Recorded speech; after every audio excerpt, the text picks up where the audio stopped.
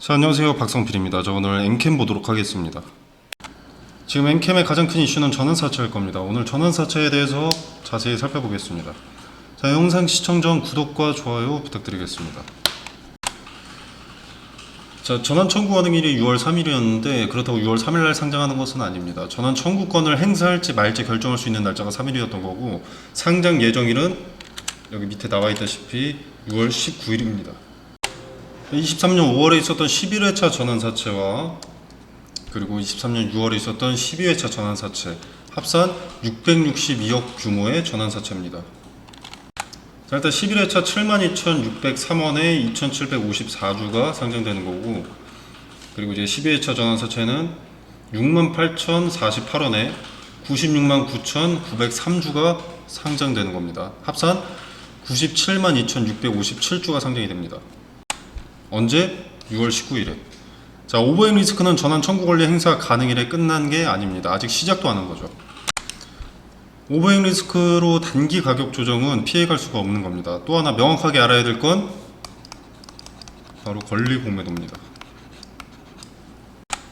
자, 권리 공매도가 무엇이냐? 자, 권리 공매도라는 것은 신주 상장 예정일이 있을 겁니다. 엔캠 같은 경우에는 6월 19일이죠.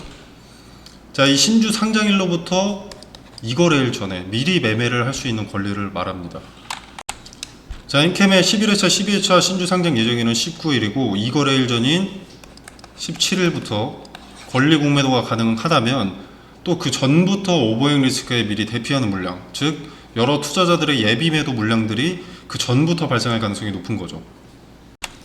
자, 그래서 지금은 단기적으로 가격 조정의 경우의 수만 있다고 볼 수 있겠습니다. 자, 그리고 그 전에 대량의 물량을 받아낼 매수 주체를 모집하기 위해서 주가의 상승을 일부 연출할 수 있습니다. 자, 그렇기 때문에 신주 상장 예정일인 19일을 염두에 두고 대응할 것이 아니라 권리 매도가 가능한 2거래일 전인 17일이 실질적인 상장일이다 라고 생각하시고 대응 방안을 마련하는 것이 좋습니다.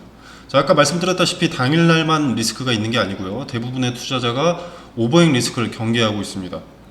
권리 공매도인 17일 이전부터 투심은 위축되고 매수 심리보다는 매도 심리가 자극되면서 단기 가격 조정을 받을 가능성이 높겠죠. 미리 대처할 수 있는 기간이 많지는 않은 겁니다.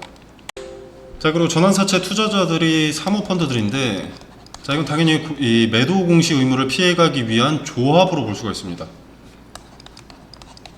자, 하나의 주체가 5%가 넘지 않는 선에서 나누어서 투자를 하게 되면 상장이 됐을 때 전량 장내 매도를 때리더라도 공시할 의무가 없습니다. 5% 이하라면. 자, 만약에 5%가 넘어서 의무 공시를 해야 된다면 투심이 위축되고 매수 주체가 소극적이어지기 마련인데, 자, 박수도 손뼉이 마주쳐야 소리가 나듯이 거래라는 것도 매도자가 있으면 매수자가 있어야 거래가 체결이 되죠. 자, 근데 의무 공시를 하게 되면 어떻습니까?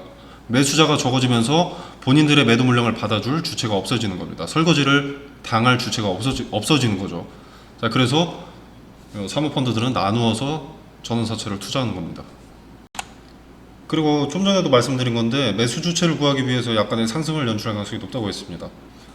자, 전환사채 투자자의 입장에서 한번 생각을 해봤을 때, 내가 곧 대량의 물량을 매도해서 400% 정도의 수익을 챙길 계획이다라면 내 신주가 상장되기 전 매수 주체가 많아져야 좋을 겁니다. 그죠?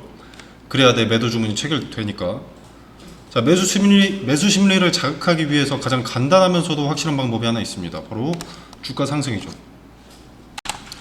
자, 경우의 수 중 하나일 뿐이지만 다음 주 주가가 이유 없이 상승을 한다면 경계를 해야 됩니다.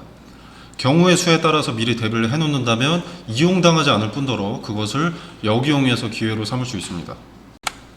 그리고 어떤 과정이 나올지, 어떤 결과가 나올지는 지켜봐야겠지만, 이번 경험을 통해서 7월에 예정되어 있는 13회차 전환사채도 변수를 줄여서 이용할 수 있다는 것을 말씀드리고 싶고요. 자, 그리고 이제 밑에 보시면 전환사채 잔액이라고 있습니다.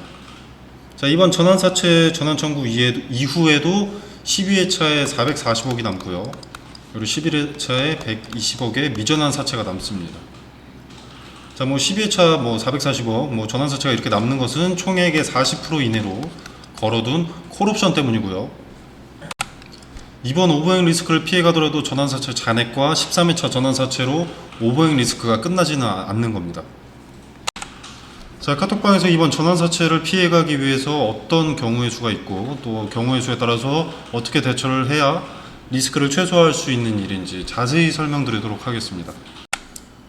자, 그리고 차트에서는 27만원대의 지지와 이 61선, 노란색의 61선, 그리고 이 자주색의 11선이 지지해주고 있기 때문에 이탈 여부를 확인하고 들어가는 게 좋겠고요. 마찬가지로 21선 같은 경우에, 이 파란색의 21선 같은 경우에는 저항의 스탠스를 취하고 있기 때문에 저항을 돌파하는지도 지켜보는 것이 좋겠습니다.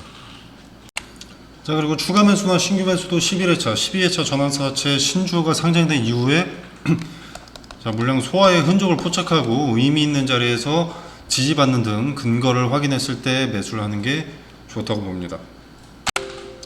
자, 지금은 엔캠의 비전을 볼 때가 아닙니다. 얼티엄 셀즈를 통한 비전은 이미 수차례 확인된 기업이기 때문에 성장 전망은 상당히 좋으나 지금 당장은 전환사채, 자, 이것만 보는 게 맞습니다. 경우의 수에 따라서 당장 준비된 리스크를 대비하고 역이용할 수 있도록 미리 대응의 경우의 수도 준비하시길 바라겠습니다. 자, 준비된 자에게만 기회가 온다는 말이 있죠. 오버행 리스크를 인지하고 수용할 줄 알아야 대처 방안을 마련할 수 있고 위기를 기회로 만들 수 있을 겁니다. 여러분이 대처하기 수월하도록 가장 근접한 경우의 수와 근거를 제시하겠습니다. 자, 카톡방 참여 방법은 영상 설명란에 보시면 여기 더보기 버튼이 있습니다. 자, 이 버튼을 누르시면 카톡방 링크가 기재가 되어 있고요. 이 그룹 오픈 채팅 참여하기를 누르시면 입장 코드 없이 자유롭게 참여 가능하십니다. 자, 이 공간 안에서 제공되는 정보는 일체의 금전을 요구하지 않습니다. 여러분의 투자에 도움이 되기를 바라면서 마무리하도록 하겠습니다.